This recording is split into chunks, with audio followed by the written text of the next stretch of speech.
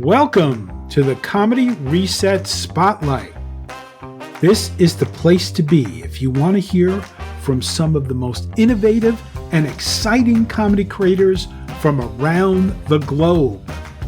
On this podcast, you'll hear from a variety of guests who are pushing the boundaries of what comedy can be. If you're looking for fresh perspectives and new ideas, this is the podcast for you. Episode 26. Chicago comedian, Steven Springer.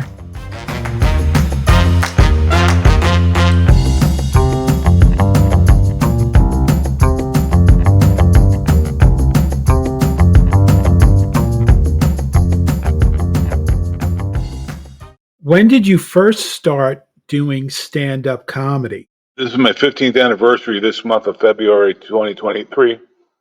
I started doing stand-up in February of 08. What made you want to become a stand-up comedian? What made me want to become a stand-up comedian was when I used to watch Rodney Dangerfield. It really inspired me. And then another thing that made me want to become a stand-up was I used to work at Cook County Jail as a correctional officer. And there were a lot of funny things that happened there, and I would tell people at parties, and they would laugh. I figured if I could make people at a party laugh, I could make them do it from the stage. Who were some of your influences? Some of my influences were, most important, the biggest one was Rodney Dangerfield. And after that's Jackie Mason, Jackie Gleason, and then some comedians on the Chicago circuit that I've gotten to know real well, like Uncle Larry Reeb, Uncle Lair, Bill Gorgo, Harry Hickstein. I've gotten to know these guys real well, and they've been a big influence on my career. What was your first time on stage like? What was my first time on stage like? My first time on stage, I was very nervous, forgot my lines, and it was a disaster. But I kept at it, and I'm doing a lot better now 15 years later. What's your favorite joke? What's my favorite joke? I'm assuming you mean the favorite joke that I've done. I think that's what you mean, but favorite joke is about working as a correctional officer, Cook County Jail. Goes something like this it's a long bit, like 10 minutes, but I'll do the first couple of lines. I was a correctional officer, Cook County Jail. Come to think of it, I think I recognize a few out there in the back row. Hello.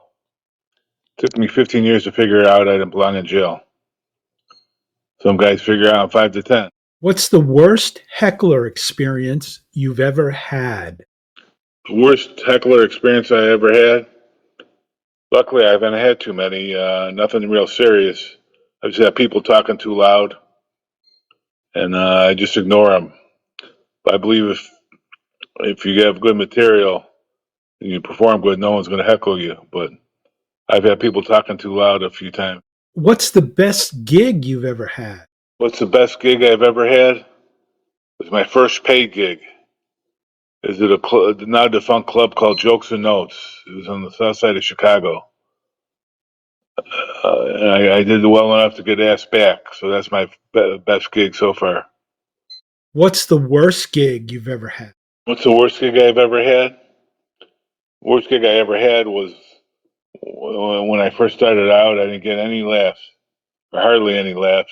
How do you deal with stage fright? How do I deal with stage fright? First and foremost, I practice my lines and what I'm going to say on stage ahead of time, so I don't have to worry about messing up my lines. But other than that, to deal with stage fright, I would breathe deeply and try to relax and slow down when I'm doing my line.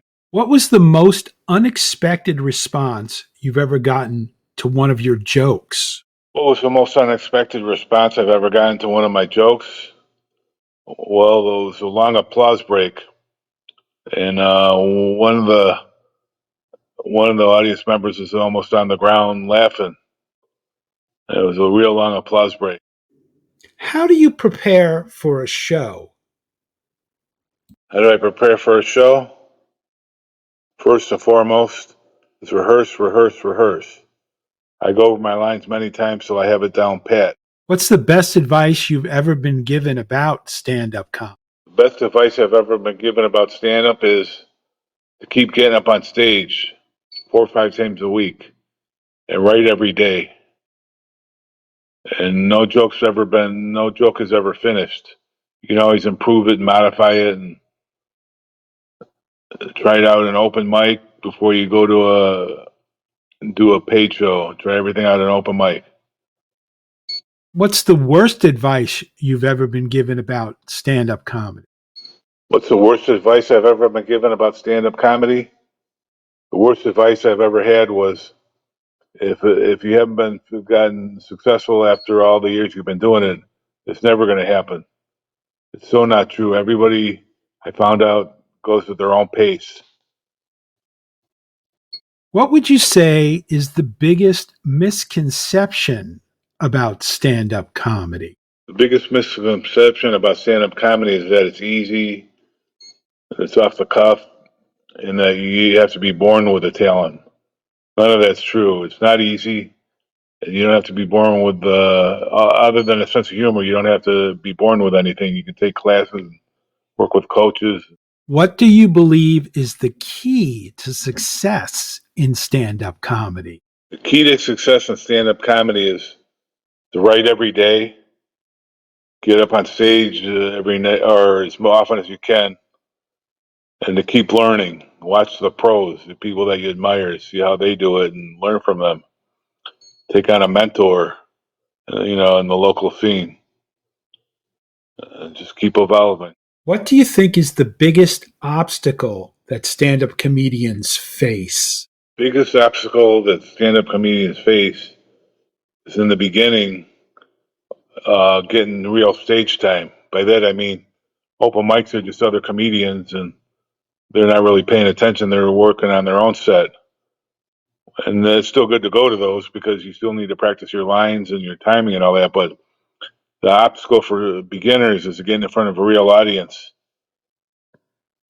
and also finding the time to do stand up because most beginners have a day job and it takes a lot to be able to do both.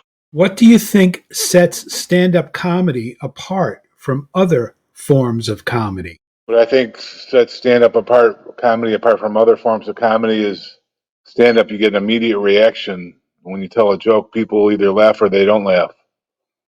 As opposed to movies and TV shows where you film it and you make a mistake, you can redo it. And then when it's done, it takes a year or several months to get the reaction because that's how long it takes for the TV show or movie to come out. What are the benefits of stand-up comedy? Benefits of stand-up comedy are, for one, it brings people together. Number two, it's like therapy. You can laugh if you can laugh at your problems. It's very therapeutic, and it's almost like seeing a psychiatrist. It solves a lot of problems. It's very autobiographical. What's your process for writing jokes? My process for writing jokes is I keep a notebook, and every day I write in it, and I'll write funny observations or funny stories from my life. And I don't try to do setup or punch just yet. I just write down what I'm thinking, and later on I edit it. And in fact, jokes are always being edited. When I turn it into setup punch, I'll think the joke looks good, but later on I'll come up with another idea how it could be better.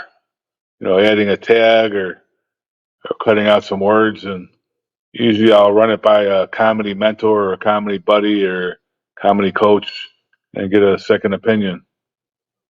And jokes are always evolving. What's the most important thing for a stand-up comedian to remember? The most important thing for a stand-up comedian to remember is just to have fun. If you're not having fun, it's not worth doing. And also confidence. You got to have confidence. The audience can smell fear. What do you think are the best techniques for dealing with hecklers? Best techniques for dealing with a heckler or hecklers is first try to ignore them. If they persist or get louder, then address the heckler and repeat what they said to the audience so the audience can hear and understand. And then try to keep the audience on your side.